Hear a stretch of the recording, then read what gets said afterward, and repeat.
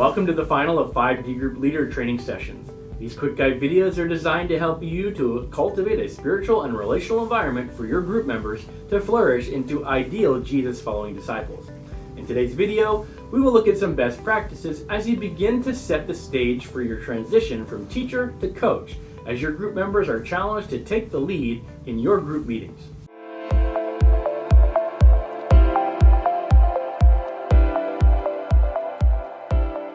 Every great coach was once a great player. To truly understand the game, one must first be in the game.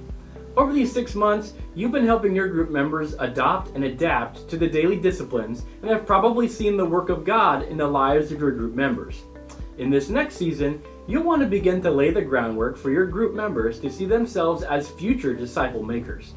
It may seem early, but by helping tether emerging plants to garden stakes, a gardener can help a flourishing plant to keep from destroying itself as it grows. And that's your goal through this next season. You can begin small by asking your group members to lead in closing prayer, or asking them to take the lead in beginning your group with highs and lows discussions. Eventually, you'll want to work each group member up to leading the journal discussion time and seeing themselves as leaders in the group. And eventually, you'll want to allow them to lead the entire meeting when they're ready. Don't be discouraged if your group members aren't quite ready at this stage. They may need some more time to feel comfortable. For many of them, this may be the first time they've ever tried to lead in any spiritually minded environment. Start small and help them build their confidence. Make sure to compliment them during the group time when they do lead. And if coaching is needed, be sure to do so one-on-one as not to embarrass them in front of the group.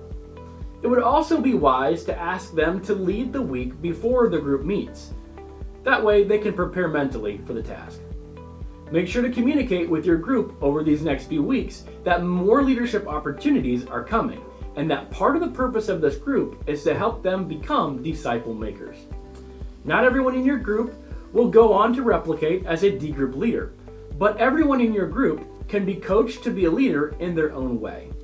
We have all received the command of Christ to go and make disciples, and with the Lord's help, your group members can obey the calling as God has gifted them.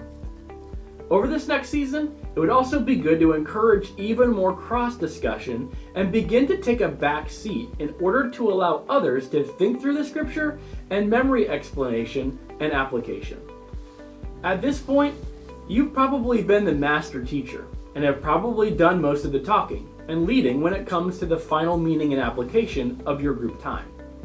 You can help accomplish this by asking strategic questions.